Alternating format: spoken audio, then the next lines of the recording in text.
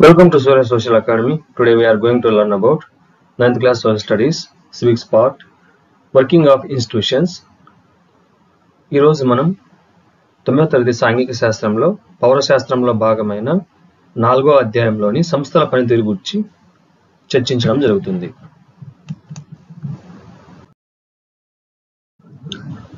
Name the three main democratic institutions that play a key role in major decisions. Answer is, in this process we come across three institutions that play a key role in major decisions. Number 1, legislature. Number 2, executive. Number 3, judiciary. ప్రజాస్వామ్యంలో ముఖ్యంగా మన దేశం ప్రపంచంలో అతిపెద్ద ప్రజాస్వామ్య దేశం. మన దేశంలో ప్రధాన నిర్ణయాలు తీసుకొని అమలు చేసే విధానాన్ని పరిశీలన చేసినట్లయితే 3 సంస్థలు కీలకమైన పాత్ర పోషిస్తున్నాయి. అవి 1 శాసన శాఖ, 2 కార్యనిర్వాహక శాఖ, 3 న్యాయ శాఖ.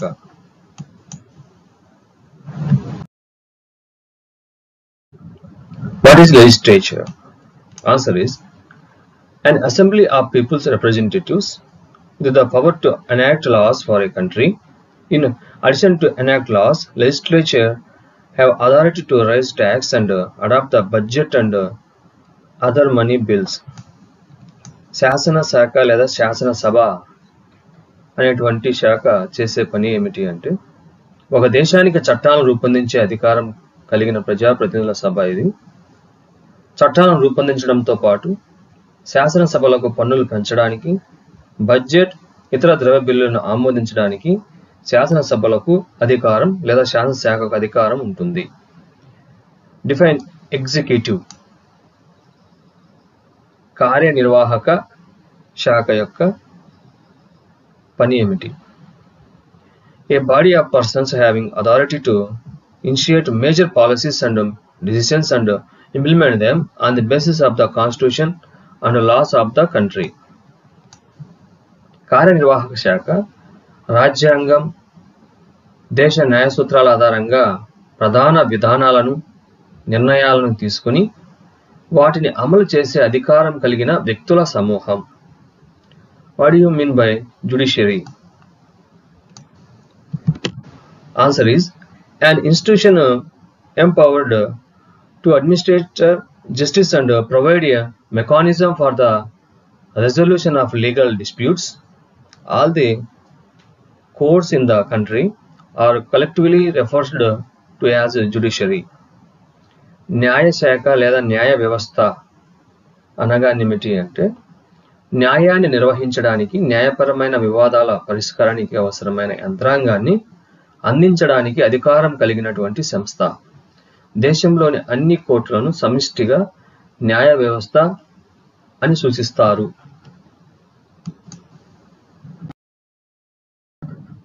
What do you mean by office memorandum? Answer is, a communication issued by an appropriate authority starting the policies or decisions of the government.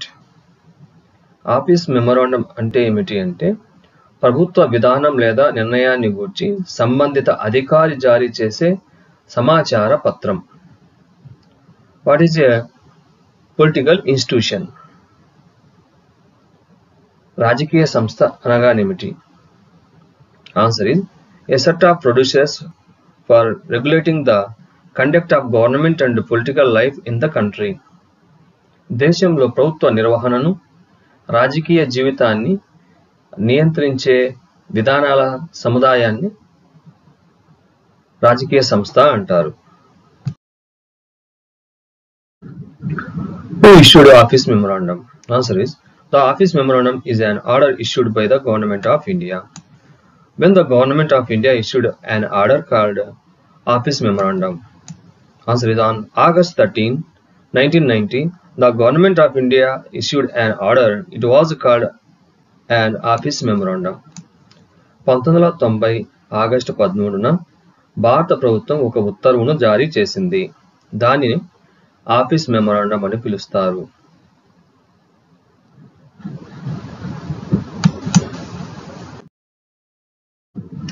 The decision makers. Nirnayadhikarudu. Number 1. President of India. President is the head of the state and the highest formal authority in the country. మొదటిగా నిర్ణయాధికారాల్లో రాష్ట్రపతి. రాష్ట్రపతి దేశం మొత్తానికి అధిపతి. భారతదేశ ప్రథమ పౌరుడు అని కూడా అంటారు. దేశంలో అత్యున్నతమైనటువంటి సాధారణ అధికారం ఆయనదే. Second, prime minister of India. ప్రధానమంత్రి. Prime minister is the head of the government and actually exercise all governmental powers. He takes most of the decisions in the cabinet meeting. రెండవ అధికారి ప్రధానమంత్రి, నిర్ణయాధికారి. వాస్తవానికి వాస్తవ అధికారిగా అంటే అధికారాలన్నీ వాస్తవానికి ఎక్కువగా చలాయించే వ్యక్తి ప్రధాని. పేరుకు మాత్రమే రాష్ట్రపతి దేశ ప్రథమ పౌరుడు, కానీ ప్రధానమంత్రి ప్రభుత్వానికి అధిపతిగా ఉంటాడు. కేబినెట్ సమావేశాల్లో ఎక్కువ నిర్ణయాలు ఈయన తీసుకుంటాడు. మూడవ నిర్ణయాధికారి parliament. Parliament consist of 2 houses, Lok Sabha and Rajya Sabha. The Prime Minister must have the support of majority of Lok Sabha members.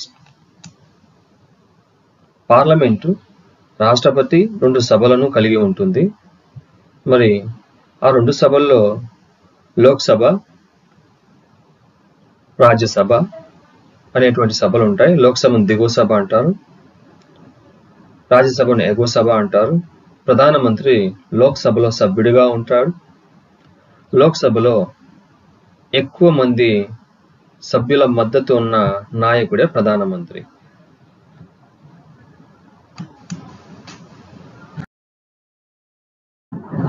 The Lok Sabha elections of 1989. In its elections manifesto, the Janata Dal promised that if voted to power, it would implemented the Mandal Commission report. The Janata Dal did form the government after this election. Its leader VP Singh became the Prime Minister. 1989 ఎన్నికలలో జనతాదళ్ ప్రభుత్వం ప్రజలకు ఒక మేనిఫెస్టోలో అంటే వాళ్ళ party తరఫున ఒక promise అయితే చేసింది.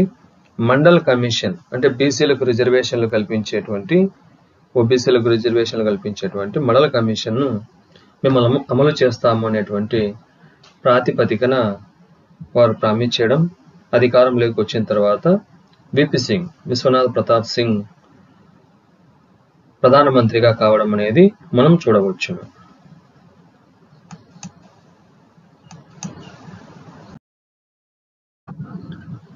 Mandal Commission. The government of India had appointed the second backward class commission in 1979. It was headed by BP Mandal, hence it was popularly called the Mandal Commission. It was asked to determine the criteria to identify the socially and educationally backward classes in India and recommended steps be taken for their advancement. The commission gave its report in the 1980s and made many recommendations. One of these was that 27% of government jobs be reserved for their socially and economically backward classes. మరి సామాజికంగా ఆర్థికంగా వెనుకబడినటువంటి కులాలపైన అధ్యయనం కోసం 1979లో BP mandal అనేటువంటి ఆయన నాయకత్వంలో ఒక కమిషన్ను అప్పటి ప్రభుత్వాలు ఏర్పాటు చేయడం జరిగింది. మరి 1980లో ఆయన రిపోర్ట్ ఇవ్వడం జరిగింది.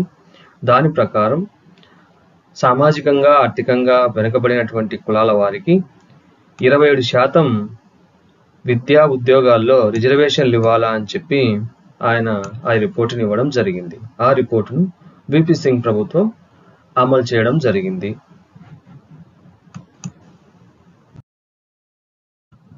The Supreme Court and the High Courts in India settle disputes arising out of governmental decisions. మరి మండల్ కమిషన్ ఆ రిపోర్టును అమలు చేయడం వల్ల అనేక మంది సుప్రీంకోర్టుకు, హైకోర్టుకు దీనిపైన అభ్యంతరాలతో వెళ్లడం జరిగింది. The Supreme Court of India benched all these cases together. This case was known as the Indira Sahni and others as Union of India case. మరి ఈ ఉత్తర్వులను వ్యతిరేకిస్తూ అనేక మంది వ్యక్తులు సంఘాలు అత్యున్నతమైనటువంటి సుప్రీంకోర్టు హైకోర్టుకు వెళ్ళినప్పుడు ఈ కేసులన్నిటినీ కలిపి విచారణ చేయడం జరిగింది. ఈ కేసును ఇందిరా సాహ్ని మరియు ఇతరులు మరియు యూనియన్ ఆఫ్ ఇండియా కేసు అని పిలవడం జరిగింది. మరి ఈ కోర్టులో ఈ ఉత్తర్వు చెల్లుబాటు అవుతుందని ప్రకటించడం జరిగింది.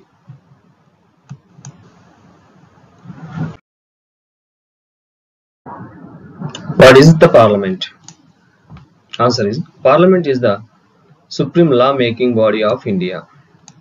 పార్లమెంట్ అనగా ఏమిటి అంటే భారతదేశంలో చట్టాలను చేసేటువంటి అత్యున్నతమైనటువంటి అధికారం కలిగినటువంటి సంస్థ.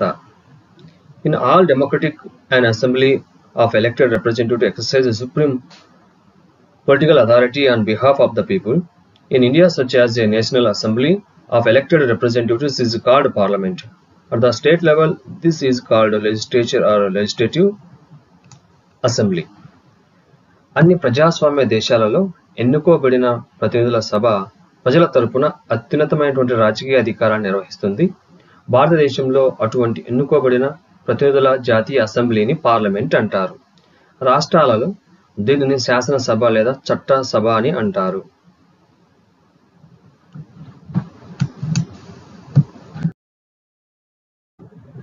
What is the system of democracy followed in India? Answer is India is the parliamentary democratic republic. భారతదేశం ఏ ప్రజాస్వామ్య విధానాన్ని అనుసరిస్తుంది అంటే పార్లమెంటరీ ప్రజాస్వామ్య విధానాన్ని అనుసరిస్తుంది. In our country, Parliament consists of two houses. The two houses are known as the Council of States Rajya Sabha and the House of the People Lok Sabha. The President of India is a part of Parliament, although she is not a member of either house. That is why all laws made in the houses come into force only after they receive the assent of the President. మన దేశంలో parliamentary ప్రభుత్వ వ్యవస్థను ఏర్పాటు చేయడం జరిగింది. Parliament అనగా మరి రాష్ట్రపతితో పాటు రాజ్యసభ లోక్సభను కలిపి పార్లమెంట్ అంటారు. రాజ్యసభను ఎగువ సభ అంటారు, లోక్సభను దిగువ సభ అని అంటారు. మరి ఈ మూడింటిని కలిపే పార్లమెంట్ అంటాము.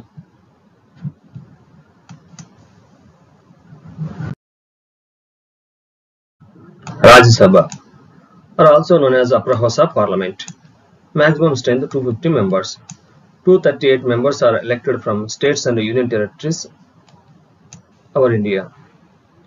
12 members are nominated by the president for their contributions to art, literature, science and social service, etc.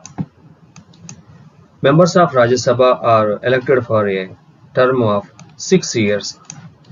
రాజ్యసభని ఎగువ సభ అంటారు. మరి దీంట్లో పూర్తిగా 250 మంది సభ్యులు ఉంటారు. వీరిలో 238 మందిని రాష్ట్రాల నుంచి ఎన్నిక చేయబడతారు. 12 మంది మాత్రము రాష్ట్రపతి వివిధ రంగాలలో నిష్ణాతులైనటువంటి వారిని 12 మందిని నియమించడం జరుగుతుంది. మరి వీరి పదవీ కాలం 6 సంవత్సరాలు. Lok Sabha lower house of parliament. Maximum strength 552 members. 530 members are elected from states and 20 members from union territories. 2 members are nominated by the president from the Anglo-Indian community. If the community is not adequately represented, members of Lok Sabha are elected for a term of 5 years. మరి లోక్సభని దిగువ సభ అని కూడా అంటారు. ఇది ప్రజలు ప్రత్యక్షంగా ఓట్లు వేసి ఎన్నుకున్నటువంటి ప్రతినిధులు ఉండే సభ. మొత్తము గరిష్టంగా 552 మంది సభ్యులు ఉంటారు. వారిలో 530 మంది రాష్ట్రాల నుంచి ఎన్నిక కాబడతారు. 20 మంది కేంద్రపాలిత ప్రాంతాల నుంచి ఎన్నిక కాబడతారు. ఒక ఇద్దరు మాత్రము ఆంగ్లో ఇండియన్స్ ను మరి వారి ప్రాతినిధ్యం లేకుంటే అంటే పార్లమెంట్లో వారి ప్రాతినిధ్యం లేకుంటే ఆంగ్లో ఇండియన్స్ అంటే మరి భారతదేశంలో ఉన్న బ్రిటిష్ వారిని చెప్పవచ్చు, లేదా బ్రిటిష్ వారికి మరి మన భారతీయులకు పుట్టినటువంటి సంతానంగా కూడా చెప్పవచ్చు. మరి ఆ విధంగా ఇద్దరిని రాష్ట్రపతి నియమిస్తాడు. వీరి పదవీ కాలం 5 సంవత్సరాలు. ప్రస్తుతం 545 మంది మాత్రమే లోక్సభలో ఉన్నారు. వాటిలో 2 ఆంగ్లో ఇండియన్స్, 543 మంది ప్రజల నుంచి ఎన్నిక కాబడిన వ్యక్తులు.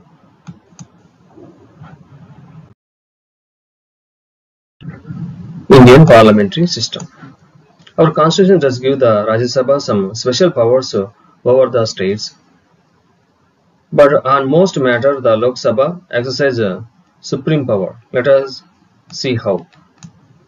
Any ordinary laws need to be passed by both the houses, but if there is a differences between the two houses, the final decision is taken in a joint session in which members of both the houses sit together.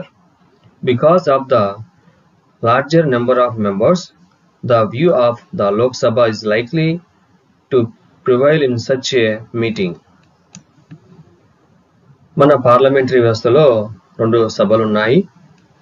వాటిలో మన రాజ్యసభకు రాష్ట్రాలపై కొన్ని ప్రత్యేకమైనటువంటి అధికారాలు ఇవ్వడం జరిగింది. రాష్ట్రాలలో రాష్ట్రపతి పాలన విధించాలంటే మరి రాజ్యసభ రికమెండ్ చేయాల్సి ఉంటుంది. అదేవిధంగా సాధారణ ఏ చట్టమైనా ఉభయ సభల ఆమోదం పొందాలి. ఒకవేళ ఉభయ సభల మధ్య భేదాభిప్రాయాలు ఉంటే ఉభయ సభల సభ్యులు కలిసి కూర్చొని ఉమ్మడి సమావేశంలో తుది నిర్ణయం తీసుకోబడుతుంది. సభ్యుల సంఖ్య ఎక్కువగా ఉన్నందున అటువంటి సమావేశంలో లోక్సభ అభిప్రాయానికి ఎక్కువ విలువ ఉంటుంది. అంటే ఏదైనా ఒక సాధారణ చట్టం అమలు కావాలంటే రాజ్యసభ ఒప్పుకోవాలి, అదేవిధంగా లోక్సభ ఒప్పుకోవాలి, మరి ఈ 2 సభలు ఒప్పుకోవాలి.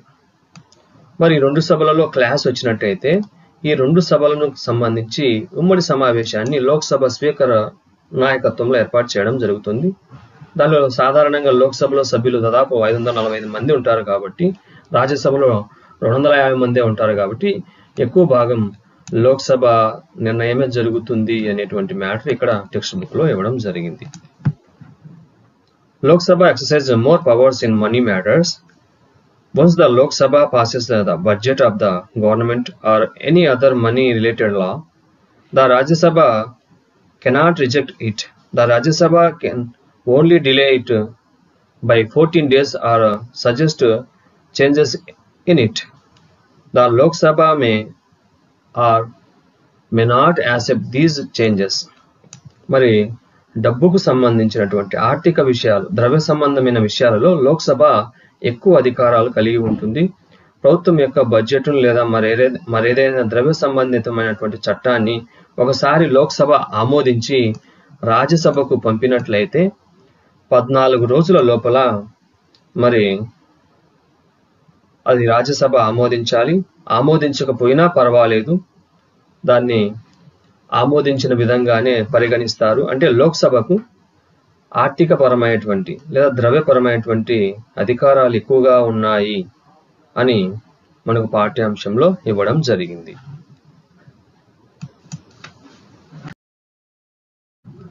Most importantly, the Lok Sabha controls the Council of Ministers. Only a person who enjoys the support of the majority of the members in the Lok Sabha is appointed the Prime Minister. If the majority of the Lok Sabha members says they have no confidence in the Council of Ministers, all ministers, include the Prime Ministers, have to quit. The Rajya Sabha does not have this power. మరి మూడో అంశం ఏమంటే లోక్సభలో లోక్సభ మంత్రి మండలిని ప్రధానమంత్రి నియంత్రిస్తుంది. లోక్సభలో మెజారిటీ సభ్యులు మద్దతు ఉన్నటువంటి వ్యక్తే ప్రధానమంత్రిగా నియమించబడతాడు. మరి లోక్సభలో విశ్వాసం ఉన్నంత వరకే, అంటే మెజారిటీ సభ్యులు లోక్సభలో సపోర్ట్ చేసేంత వరకే ప్రధానమంత్రి అధికారంలో ఉంటాడు. ఒకవేళ లోక్సభలో ప్రధానమంత్రి పైన అవిశ్వాస తీర్మానం ప్రవేశపెట్టి మరి ప్రధానమంత్రి పైన విశ్వాసం లేదని చెప్పినా, లేకపోతే ప్రధానమంత్రికి మద్దతు ఇవ్వకపోయినా మరి ప్రధానమంత్రితో పాటు మంత్రిమండలి మొత్తం రాజీనామా చేయాల్సి ఉంటుంది. అంటే ఒక్క మాటలో చెప్పాలి అంటే లోక్సభలో మెజారిటీ ఉన్నంత వరకే ప్రధానమంత్రి అతని మంత్రిమండలి అధికారంలో ఉంటుంది. ఎప్పుడైతే మెజారిటీ ఉండదో ఆ ప్రధానమంత్రితో పాటు మంత్రిమండలి కూడా రాజీనామా చేయాలి.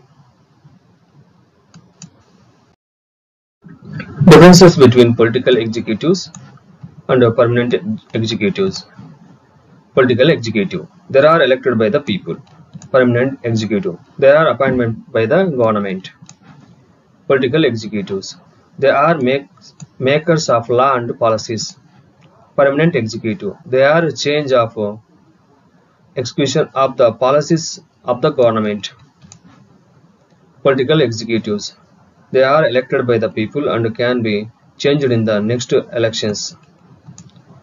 Permanent executive, they are permanent and remain in office even when the ruling party changes.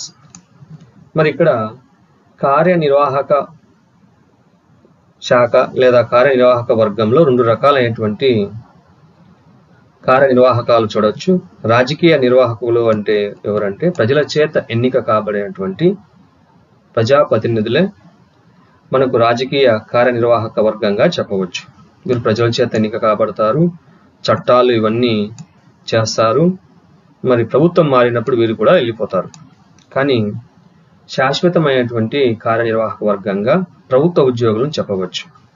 మరి ఐఏఎస్ ఆఫీసర్ల నుంచి మరి కింద ఉన్నటువంటి సచివాలయం వరకు కూడా ఇలాంటి ఉద్యోగులు మరి శాశ్వతమైనటువంటి కార్యనిర్వాహకులు. అంటే ఒక విధంగా మరి రాజకీయ కార్యనిర్వాహక వర్గం ఏవైతే మరి చట్టాలను అమలు చేయమని చెప్తుందో ఈ ఉద్యోగ వర్గం వాటిని అమలు చేస్తుంది. కాబట్టి పర్మనెంట్ అంటే ఎగ్జిక్యూటివ్ అంటే శాశ్వత కార్యనిర్వాహక వర్గం అంటే గవర్నమెంట్ ఉద్యోగులుగా గుర్తుపెట్టుకోవాలి. వీరిని ప్రభుత్వం నియమిస్తుంది. మరి వీరు ప్రభుత్వం యొక్క పాలసీలన్నిటినీ అమలు చేయడం జరుగుతుంది. మరి వీళ్ళు ప్రభుత్వాలు మారినా వీళ్ళు మారరు. ఏ ప్రభుత్వం వచ్చినా వారి నిర్ణయాలను అమలు చేయడం జరుగుతుంది. Current president of India since 2024.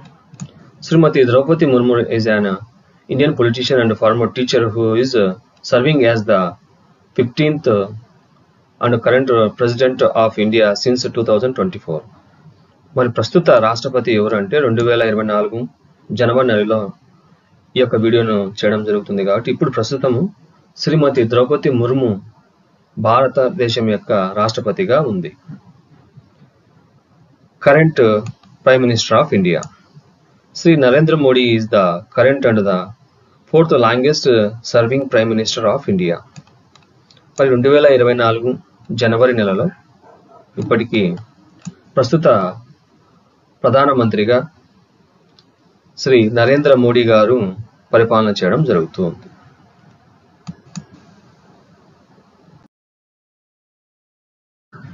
Prime Minister and Council of Ministers. ప్రధానమంత్రి మంత్రిమండలి. Prime Minister is the most important political institution in the country. Yet there is no direct election to the post of the Prime Minister. The President appointment as the Prime Minister, but the President cannot appoint anyone she likes.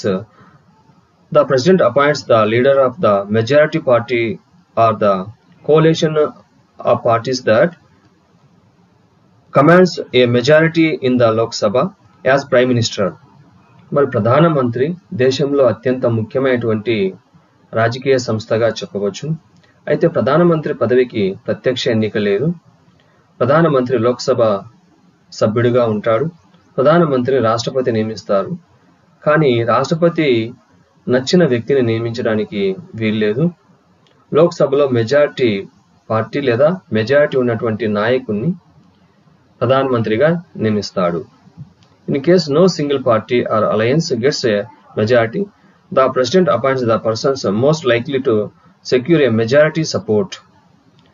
మరి కొన్నిసార్లలో ఏ పార్టీకి majority లేనప్పుడు majority మద్దతు పొందే అవకాశం ఉన్న వ్యక్తిని రాష్ట్రపతి నియమిస్తాడు. The Prime Minister does not have a fixed tenure. He continues in power so long as he remains the leader of the majority party or coalition. మరి ప్రధానమంత్రికి నిర్ణీత పదవీ కాలం లేదు. మెజారిటీ పార్టీ లేదా సంకీర్ణ కూటమి నాయకుడిగా ఉన్నంత కాలం ఆయన అధికారంలో కొనసాగుతాడు.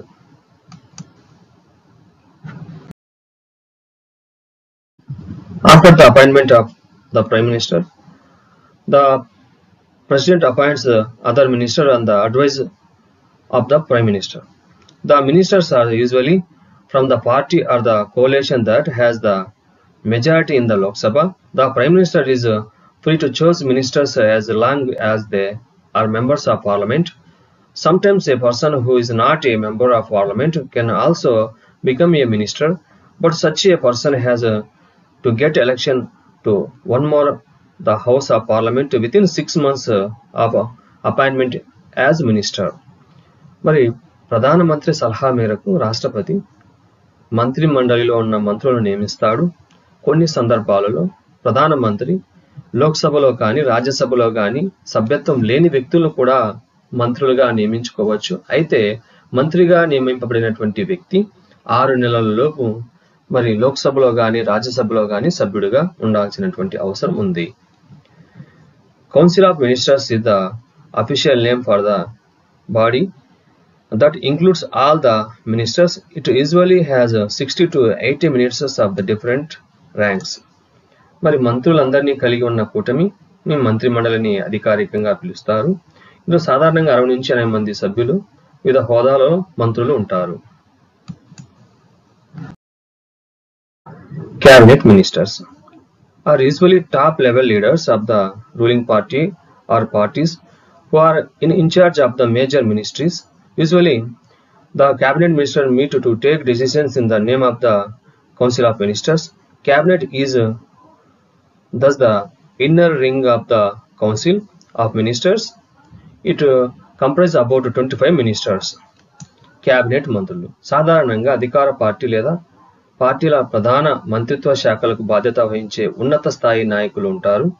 సాధారణంగా కేబినెట్ మంత్రులు సమావేశమై మంత్రి మండలి పేరుతో నిర్ణయాలు తీసుకుంటారు. కేబినెట్ అనేది మంత్రి మండలి యొక్క లోపలి వలయం. ఇందులో దాదాపు 25 మంది మంత్రులు ఉంటారు. Ministers of state with independent charge are usually in charge of smaller ministers. They participate in the cabinet meeting only when specially invited. స్వతంత్ర బాధ్యత కలిగినటువంటి సహాయ మంత్రులు సాధారణంగా చిన్న చిన్న శాఖలు నిర్వహిస్తారు. ప్రత్యేకంగా ఆహ్వానించినప్పుడు మాత్రమే వారు కేబినెట్ సమావేశంలో పాల్గొంటారు. Ministers of state are attached to and required to assist cabinet ministers. సహాయ మంత్రులు కేబినెట్ అనుబంధంగా ఉంటూ వారికి సహాయం చేసే మంత్రులను సహాయ మంత్రులుగా ఉంటారు. అంటే కేబినెట్ మంత్రులకు సహాయం చేసే వారిని సహాయ మంత్రులు అంటారు. Powers of the Prime Minister has wide-ranging powers. Chair cabinet meeting, coordinates the work to different departments. Decisions are final in case disagreement arise between departments. Exercise general supervision of different ministers. Ministers work under his leadership. Distribute and redistribute work to the ministers. Prime Minister has the power to dismiss ministers. మరి ప్రధానమంత్రికి ఉన్నటువంటి అధికారాలు చాలా అత్యున్నతమైనటువంటి అధికారాలు ఉన్నాయి. మరి cabinet సమావేశం ప్రధానమంత్రి నేతృత్వంలో జరుగుతుంది. మరి వివిధ శాఖల మధ్య మరి సమన్వయం అనేది కల్పించడం అనేది ప్రధానమంత్రి బాధ్యత. మరి అదేవిధంగా ఏదైనా వివిధ శాఖల మధ్య అభిప్రాయ భేదాలు ఉంటే వాటిని సరిచేస్తాడు. మరి మంత్రి మండలి పైన పూర్తిగా నియంత్రణ కలిగి ఉంటాడు. మరి అదేవిధంగా ఈ యొక్క పనులను వివిధ మంత్రులకు పనులను కేటాయించడం జరుగుతుంది. ఎవరైతే మంత్రి మండలిలో ప్రధానమంత్రికి లోబడి ఉండరో వారిని మంత్రి మండలి నుంచి తొలగించేటువంటి అధికారం కూడా అంటే ప్రధానమంత్రి ఆ మంత్రిని తొలగించమని రాష్ట్రపతికి చెప్పడం, రాష్ట్రపతి అతన్ని తొలగించడం అనేది జరుగుతుంది.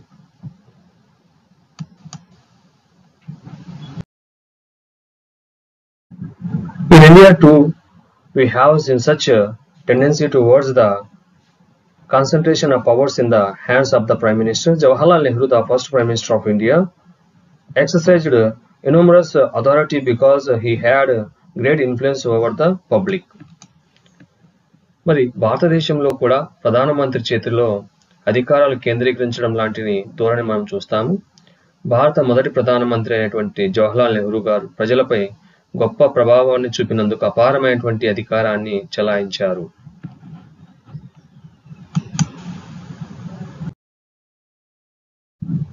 Former Prime Minister of India, Indira Gandhi. Indira Gandhi was also a very powerful leader compared to her colleagues in the cabinet. Of course, the extent of powers provided by a Prime Minister also depends on the personality of the person holding that position. మరి అదే విధంగా మంత్రివర్గంలోని తన సహచరులతో పోలిస్తే ఇందిరాగాంధీ కూడా చాలా శక్తివంతమైన నాయకురాలు. సహజంగానే ఒక ప్రధానమంత్రి ఎంత అధికారాన్ని నిర్వహించారు అన్నది ఆ పదవిలో ఉన్న వ్యక్తి యొక్క వ్యక్తిత్వంపై కూడా ఆధారపడి ఉంటుంది. The President of India. The President is the head of the state, exercises only nominal powers, supervise the overall function of all the political institutions. రాష్ట్రపతి దేశానికి అధిపతి. వాస్తవానికి ప్రభుత్వ అధిపతి అయినటువంటి ప్రధానమంత్రి వాస్తవ అధికారాలు చెలాయిస్తారు, కానీ రాష్ట్రపతికి కేవలం నామమాత్రపు అధికారాలు మాత్రమే ఉంటాయి. అయితే దేశంలో అన్ని రాజకీయ సంస్థల మొత్తం పనితీరును రాష్ట్రపతి పర్యవేక్షిస్తారు. తద్వారా దేశ లక్ష్యాలను సాధించడానికి ఇవి సామరస్యంగా పనిచేస్తాయి. The judiciary system in India. An independent and powerful judiciary is considered essential for democratic system. మరి ప్రజాస్వామ్య వ్యవస్థలో స్వతంత్రమైన శక్తివంతమైనటువంటి న్యాయ వ్యవస్థ అవసరం. All the courts of different levels in a country put together are called judiciary. దేశంలో ఉన్నటువంటి అన్ని రకాల అంటే వివిధ స్థాయిలలో ఉన్న అన్ని న్యాయస్థానాలను కలిపి న్యాయ వ్యవస్థ అంటాం. తాలూకా నుంచి సుప్రీం కోర్టు వరకు ఉన్నటువంటి న్యాయ వ్యవస్థ. Consists of a Supreme Court for the entire nation, High Court, District Courts and the courts at a local level. మరి దేశంలో అత్యున్నతమైనటువంటి న్యాయస్థానాన్ని సుప్రీం కోర్ట్ అంటాం. దాని తర్వాత రాష్ట్రాల్లో హైకోర్టులు ఉంటాయి. దాని తర్వాత జిల్లాల్లో జిల్లా కోర్టులు ఉంటాయి. దాని తర్వాత స్థానికంగా తాలూకా కోర్టులు, స్థానిక కోర్టులు అనేటివి ఉంటాయి. ఈ వ్యవస్థనంతటిని న్యాయ వ్యవస్థ అంటాం. ఇవి స్వతంత్ర ప్రతిపత్తి కలిగినటువంటి వ్యవస్థ భారతదేశంలో ఉంది.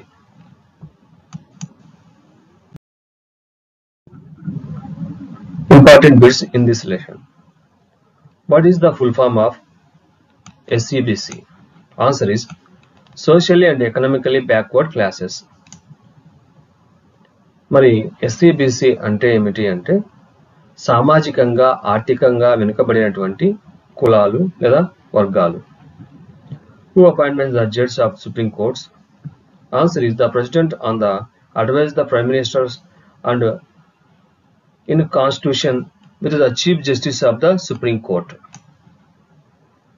మరి సుప్రీం కోర్టు జడ్జిని ఎవరు నియమిస్తారు అంటే మరి రాష్ట్రపతి ప్రధానమంత్రి సలహా పైన సుప్రీం కోర్టు జడ్జిని నియమిస్తారు. In which city is the Supreme Court of India located?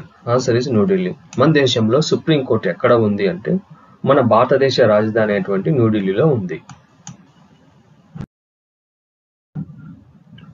Who exercise more powers in money matters? Answer is Lok Sabha. మన పార్లమెంటులో ఉన్న ఏ సభకు ఆర్థికపరమైనటువంటి ద్రవ్యపరమైనటువంటి అధికారాలు ఎక్కువగా ఉంటాయంటే లోక్సభకు. An institution where disputes between citizens and the government of India are finally settled is the Supreme Court. మరి ప్రజలకు అదేవిధంగా ప్రభుత్వానికి మధ్య ఏవైనా వివాదాలు ఏర్పడితే వాటిని పరిష్కరించేది ఎవరు అంటే supreme court. Our constitution gives the Rajya Sabha some special powers over dash. Answer is the states. రాజ్యసభకు వేటిపైన ఎక్కువ అధికారాలు కలిగి ఉంటుంది అంటే మరి లోక్సభ కంటే రాజ్యసభకు రాష్ట్రాలపైన ఎక్కువ అధికారాలు ఉంటాయి. ఎందుకంటే రాష్ట్రాలకు ప్రాతినిధ్యం వహించే సభే రాజ్యసభ, దీన్ని ఎగువ సభ అంటాం. రాష్ట్రాలలో రాష్ట్రపతి పాలన విధించాలంటే రాజ్యసభ సిఫారసు చేయాల్సి ఉంటుంది parliament.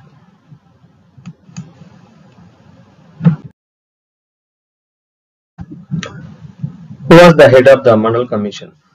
Answer is B.P. Mandal.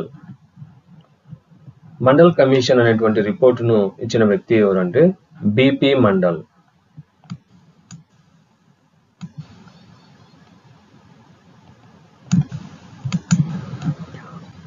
Who are cabinet ministers? Cabinet మంత్రులు అనగా ఏమిటి? They are usually the top level leaders of the ruling party or parties who are in charge of the major ministries like defense, railway, foreign affairs, etc. Normally, all the major decisions are taken by these ministers. Cabinet మంత్రులు అంటే మరి ప్రధానమంత్రి నాయకత్వంలో ఉన్నటువంటి మంత్రి మండలి కూటమినే cabinet మంత్రులు అంటాము. మరి ప్రధానమంత్రి మరి తనకు నచ్చినటువంటి వ్యక్తులను, తన పార్టీకి సంబంధించినటువంటి ఎంపీలను క్యాబినెట్ మంత్రులుగా నియమించుకోవడం జరుగుతుంది. వారికి వివిధ శాఖలు ఇవ్వడం జరుగుతుంది. రక్షణ, రైల్వే, విదేశీ వ్యవహారాలు వారి సామర్థ్యాన్ని బట్టి ఇవ్వడం జరుగుతుంది. ముఖ్యమైనటువంటి నిర్ణయాలు మరి ప్రధానమంత్రి నేతృత్వంలో తీసుకోవడం జరుగుతుంది.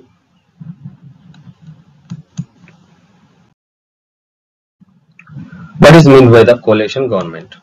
సంకీర్ణ ప్రభుత్వం అనగా ఏమిటి? Answer is a government formed by an alliance of two or more political parties, usually when no single party enjoys majority support of members in the legislature. మరి కేంద్ర ప్రభుత్వంలో అయితే లోక్సభలో, రాష్ట్ర ప్రభుత్వంలో అయితే శాసనసభలో సాధారణంగా ఏ ఒక్క రాజకీయ పార్టీ కూడా ప్రభుత్వ ఏర్పాటుకు కావాల్సిన లేదా సరిపడ మెజారిటీ సభ్యుల మద్దతు లేనప్పుడు 2 లేదా అంతకంటే ఎక్కువ రాజకీయ పార్టీల కూటమితో ఏర్పడిన ప్రభుత్వాన్ని సంకీర్ణ ప్రభుత్వం అంటారు. Who was the Prime Minister of the coalition government of 1989? Answer is Sri Viswanath Pratap Singh served as Prime Minister of India from 1989 to 1990. First coalition government Prime Minister V.P. Singh in our India. మరి సంకీర్ణ ప్రభుత్వాన్ని మన దేశంలో ఎప్పుడు ఏర్పాటు చేశారు అంటే 1989 నుంచి 90 మధ్య V.P. సింగ్ జనతాదళ్ ప్రభుత్వాన్ని ఏర్పాటు చేయడం జరిగింది. ఆయన మొదటి సంకీర్ణ ప్రభుత్వం యొక్క ప్రధానమంత్రిగా చెప్పవచ్చు.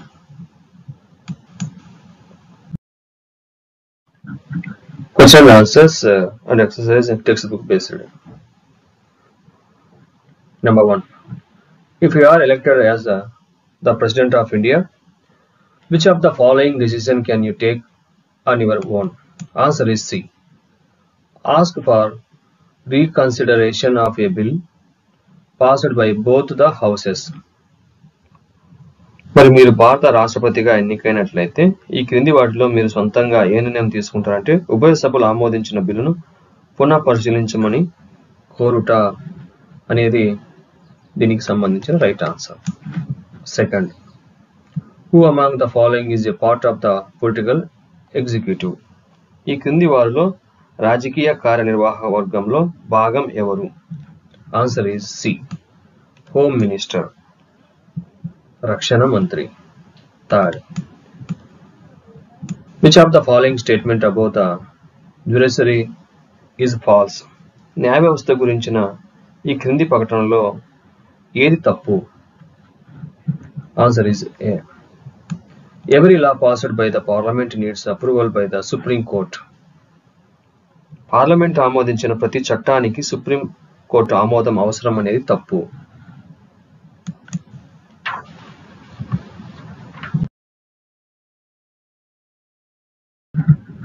Fourth, which of the following institution can make changes to an exciting law of the country? మరి దేశంలో అమలులో ఉన్నటువంటి చట్టానికి ఈ క్రింది వాటిలో ఏ సంస్థ మార్పులు చేయగలదు అంటే answer is the parliament of India. The parliament మాత్రమే దేశంలో ఉన్న చట్టానికి మార్పులు చేయగలదు. Match the ministry with the news that the ministry may have released. మంత్రిత్వ శాఖ విడుదల చేసిన సమాచారం ఆధారంగా మంత్రిత్వ శాఖను పోల్చండి. Number 1. A new policy is being made to increase the jute export from the country. Answer is Ministry Commerce and Industry. Telephone service will be made more accessible to rural areas. Answer is Ministry and Communication and Information Technology. The price of rice and wheat sold under the public distribution system will go down. Answer is Ministry Agriculture, Food and Public Distribution.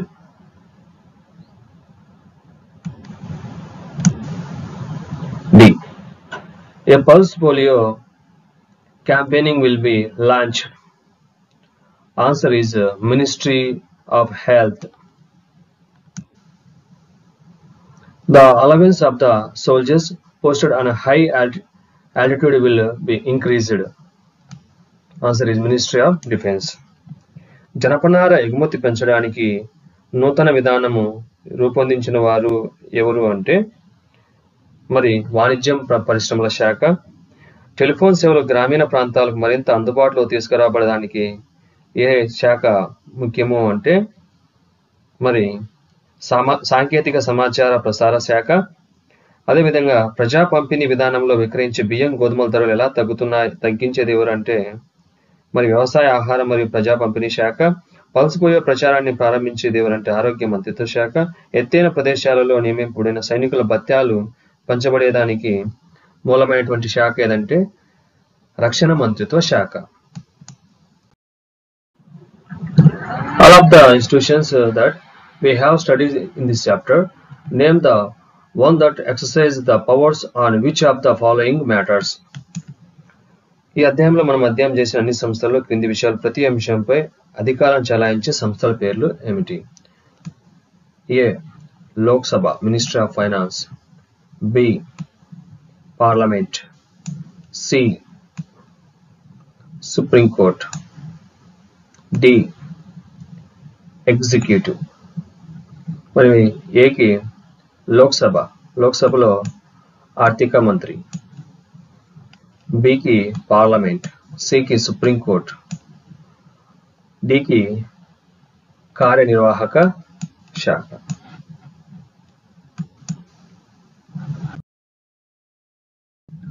Seventh question. Why is the Prime Minister in India not directly elected by the people? Choose the most appropriate answer and give the reasons for your choice. Answer is A.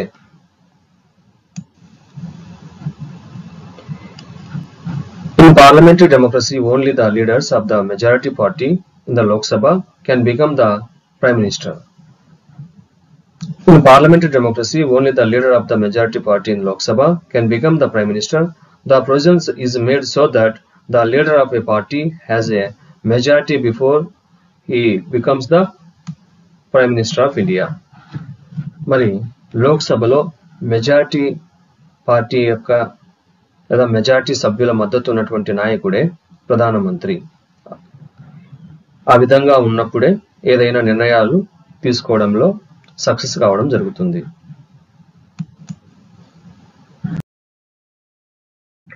Eighth question. Three friends went to watch a film that showed the hero becomes a chief minister for a day and making big changes in the state. Imran said, "This is what the country needs." Rizwan said, "This kind of a personal rule without institution is dangerous." Shankar said, "All this is a fantasy. No ministers can do anything in one day." What would be your reaction to such a film? Hero ఒకరోజు ముఖ్యమంత్రి రాష్ట్రంలో పెను మార్పులు చేసిన సినిమాను చూడడానికి ముగ్గురు స్నేహితులు వెళ్లారు. దేశానికి ఇలా చేయడం అవసరమని ఇమ్రాన్ అన్నాడు. సంస్థలు లేని ఇటువంటి వ్యక్తిగత పాలన ప్రమాదకమని రిజ్వాన్ అన్నాడు.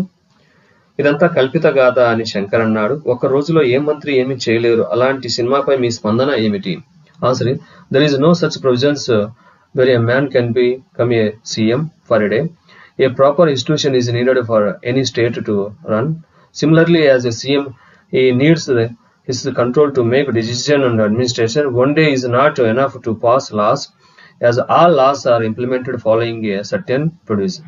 మరి ఒక్క రోజులో ముఖ్యమంత్రి అయ్యి చేయడం వల్ల మరి ఎటువంటి పనులు జరగవు. ఎందుకంటే మరి ఏదైనా ఒక నిర్ణయం మరి ముఖ్యమంత్రి అయితే మంత్రిమండలితో కలిసి నిర్ణయం చేయడం జరుగుతుంది. సరైన నిర్ణయాలు ఉంటాయి.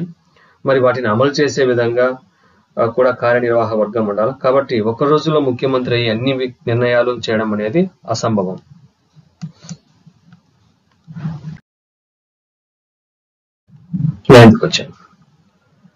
A teacher was making participation for mock parliament. Mock parliament అంటే మాదిరి పార్లమెంట్ కు సంబంధించినటువంటి ఒక సన్నివేశం స్కూల్లో ఇవ్వడం జరిగింది. మరి లోక్సభ రాజ్యసభలో నాయకుడిగా మరి విద్యార్థులు ఉండాలి అని చెప్పడం జరిగింది, అధికార ప్రతిపక్ష నాయకులుగా. అదేవిధంగా లోక్సభ ప్రధానమంత్రిగా కూడా యాక్ట్ చేయాల్సి ఉంటుంది. మరి దీనిలో మరి మీ ఎంపిక ఏ విధంగా ఉంటుంది అని చెప్పి ఇవ్వడం జరిగింది. Answer: students should choose on their own. A suggestion would be to write for both. However, the majority in Lok Sabha is more powerful as Assembly of Lok Sabha are directly elected by the people. Hence, to have a majority in the Lok Sabha means the Prime Minister will be from your party, and that is a powerful position.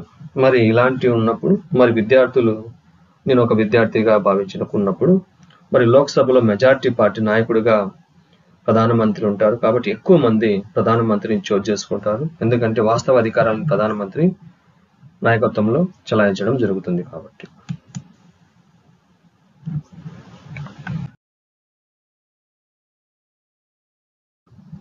10th question and last question. After the reading the example of the reservation order, 3 students had different reaction about the role of the judiciary. Which view according to you is the correct reading of the role of judiciary? Reservation ఆదేశం యొక్క ఉదాహరణ చదివిన తర్వాత ముగ్గురు విద్యార్థులు న్యాయ వ్యవస్థ పాత్ర గురించి భిన్నమైన ప్రతిస్పందన కలిగి ఉన్నారు. మీ అభిప్రాయం ప్రకారం న్యాయ వ్యవస్థ పాత్ర గురించి సరైన అభిప్రాయం ఎవరిది? Answer is B, Anjayya opinion. మరి వీటిలో అంజయ్య వెలుబుచ్చినటువంటి అభిప్రాయము కరెక్ట్ గా ఉంది.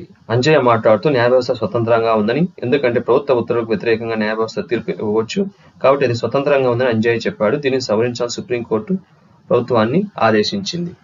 So answer is B. Thank you for watching my videos.